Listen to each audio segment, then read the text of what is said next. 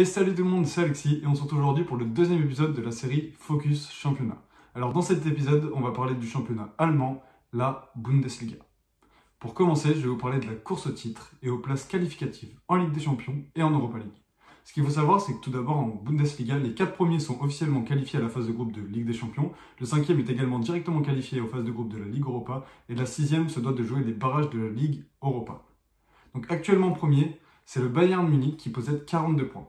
L'équipe reste sur 6 victoires d'affilée, ce qui lui a permis de reprendre sa place de numéro 1 devant Leipzig, qui est relégué maintenant à la 2e place. Le Bayern Munich peut miser sur une attaque de feu. En effet, c'est la meilleure attaque du championnat avec 58 buts. On peut expliquer ça notamment car il possède le meilleur attaquant du championnat et voire même le meilleur attaquant du monde en ce moment. C'est Robert Lewandowski qui est déjà à 22 buts marqués cette saison, combiné à 3 passes décisives. C'est également la meilleure défense du championnat avec 23 buts concédés seulement. C'est également le nombre concédé par Mönchengladbach qui est meilleure défense ex aequo. En deuxième position, on a Leipzig qui a 41 points. Donc l'équipe est donc à 1 point du Bayern Munich qui vient de se faire dépasser la semaine dernière à cause de son match nul 2-2, c'était contre Mönchengladbach. Et le Leipzig, ça s'appuie également sur un attaquant de feu cette saison, et pas que cette saison, c'est Timo Werner qui est déjà à 20 buts marqués et 6 passes décisives. Et elle fait également appui sur un joueur qui est exceptionnel cette saison, c'est Christopher Nkunku, qui est arrivé en provenance du PSG où il n'était pas titulaire. Là, il est arrivé donc dans ce club allemand où il a pris directement une place de titulaire. Il est présent à tous les matchs et joue la presque totalité des minutes. En Bundesliga, il a déjà marqué 4 buts et délivré 7 passes décisives, donc il est vraiment essentiel à ce poste-là et il est vraiment indiscutable. Donc derrière Leipzig, donc en 3e position, c'est le Borussia Dortmund avec 39 points. Donc l'équipe entraînée par Lucien Favre possède la 2e meilleure attaque du championnat avec 56 buts. On explique ça notamment avec le meilleur joueur du club cette saison, Jadon Sancho, qui est meilleur buteur avec 12 buts et également meilleur passeur avec 12 passes décisives, suivi de près par Reus avec 11 buts et 5 passes décisives. Et en plus, ils ont recruté un des meilleurs attaquants en ce moment en termes de forme, Erling Braut Haaland, qui a déjà marqué 7 buts en 3 matchs de Bundesliga. Et enfin, donc, à la 4e place au pied du podium, donc, le Borussia Mönchengladbach, qui ont également 39 points, emmenés par un duo d'attaque français qui explose tout cette saison. Marcus Thuram est lui 2 fois joueur du mois qui a 6 buts et 5 passes décisives, et Alassane Plea qui a marqué 8 buts et a effectué 5 passes décisives. Bon, à chaque fois, on espère toujours, mais je pense que le Bayern finira encore une fois champion cette saison. Ils ont vraiment un effectif de qualité assez pléthorique, surtout en attaque, avec des joueurs comme Lewandowski, Gnabry, Coutinho, Coman, Perisic. En défense, il y a beaucoup de blessures, mais ils arrivent à pallier ça avec notamment l'éclosion de Alphonso Davies au poste de défenseur gauche. C'est pour ça qu'ils sont meilleurs défense cette saison, donc je les vois rester premiers. Si je devais donner mon favori pour la 2e place, je dirais peut-être Dortmund. Parce que tout d'abord, je vois Dortmund se faire éliminer en Ligue des Champions par Paris, et donc ils vont pouvoir se concentrer sur le championnat parce qu'ils ont été également éliminés de coupe. Et surtout parce qu'ils ont une attaque de folie amenée maintenant par Erling Braut Haaland en plus de Sancho et Reus. Et je les vois un peu plus solides, on va dire, que Leipzig qui finirait 3e et Gladbach 4e. Donc ensuite, 5, 6, 7, c'est 3 équipes qui vont se disputer la 5e place et la 6e place qui sont qualificatives à l'Europa League. Donc pour l'instant, 5e, c'est Leverkusen avec 34 points, au même nombre de points que Schalke 6e, 34 points. Et derrière 7e, c'est Hoffenheim avec 33 points. Donc ça va être serré jusqu'à la fin.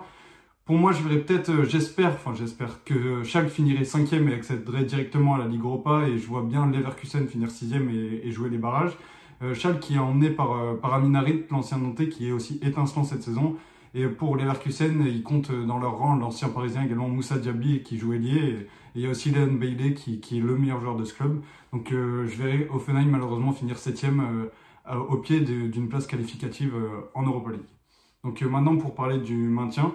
Donc dernière place, c'est Paderborn avec 15 points. Juste devant, on a Düsseldorf 16 points, le Werder de Brême 17 points et Mainz 18 points. Donc pour moi, la relégation, ça va jouer entre ces 4 équipes-là, parce que les places au-dessus, 14, 13 et 12e, c'est l'Union Berlin, le FC Cologne et le Hertha Berlin qui ont 23 points. Donc ils ne seront pas inquiétés, je pense, par les 4 derniers. Ce qu'il faut savoir, c'est qu'en Bundesliga, les 2 derniers, le 18e et le 17e, sont officiellement relégués en Bundesliga 2, et le 16e va jouer un barrage contre le 3e de la 2e division allemande. Et donc, si je devais donner les 2 derniers qui descendraient automatiquement, je dirais plutôt, au vu des effectifs, Paderborn 18e et Düsseldorf 17e, ça ne changerait pas, ça resterait dans cet ordre-là. Et par contre, en 16e, j'enlèverai Werder Bremen de cette place et je mettrai plutôt une équipe comme Mainz. Donc on va finir par les joueurs à suivre, les pépites à suivre sur les 6 derniers mois. Donc je vais commencer par parler par Erling Braut Haaland. Donc tout le monde l'attendait, il est arrivé à Dortmund et il est déjà donc à 7 buts marqués en 3 matchs en Bundesliga avec son club. Il a marqué aussi en Cup malgré la défaite contre le Werder de Brême. Donc ça fait 8 buts marqués en 4 matchs. Sachant qu'il a débuté qu'un seul match et c'est son 3e face à l'Union Berlin où il a mis 2 buts. Premier match, il rentre, il met 3 buts. Deuxième match, il rentre, il met 2 buts. Et là, le dernier match en coupe, il est également rentré début de la seconde mi-temps. Il a encore marqué un but. Donc les stats sont vraiment exceptionnels. Ça va pas continuer comme ça jusqu'à la fin, c'est impossible. Sinon, on peut le décréter meilleur joueur du monde dorénavant. Il va continuer à marquer, peut-être un peu moins, mais il finira la saison peut-être avec 15-20 buts avec Dortmund en une demi-saison. Ça serait déjà fou. Et il va aider son club, notamment pour aller chercher la 2e place et peut-être le titre en Bundesliga. Donc je vais parler d'un autre joueur offensif, donc Dani Olmo. Le milieu de terrain offensif de 21 ans a été recruté par Leipzig au Dynamo Zagreb pour 35 millions d'euros. Il a été formé au Barça.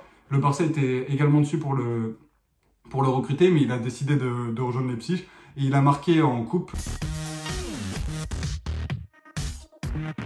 Et enfin, dernier joueur que je peux vous conseiller à suivre, donc c'est le défenseur turc de Schalke, Osman Kabak.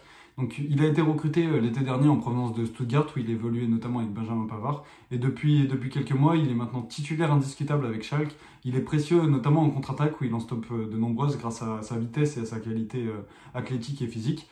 Je le vois bien rester encore peut-être 1 an ou 2 à Schalke et après pourquoi pas signer dans un plus gros club, soit en Bundesliga, donc avec le Bayern notamment, soit signer dans un top club mondial parce qu'il a toutes les qualités pour devenir un des meilleurs défenseurs du monde. Donc voilà, c'est la fin de cette vidéo sur le 2e épisode de Focus Championnat. Merci à tous d'avoir regardé. N'hésitez toujours pas à liker, commenter et partager. C'était Alexis. Allez, ciao tout le monde.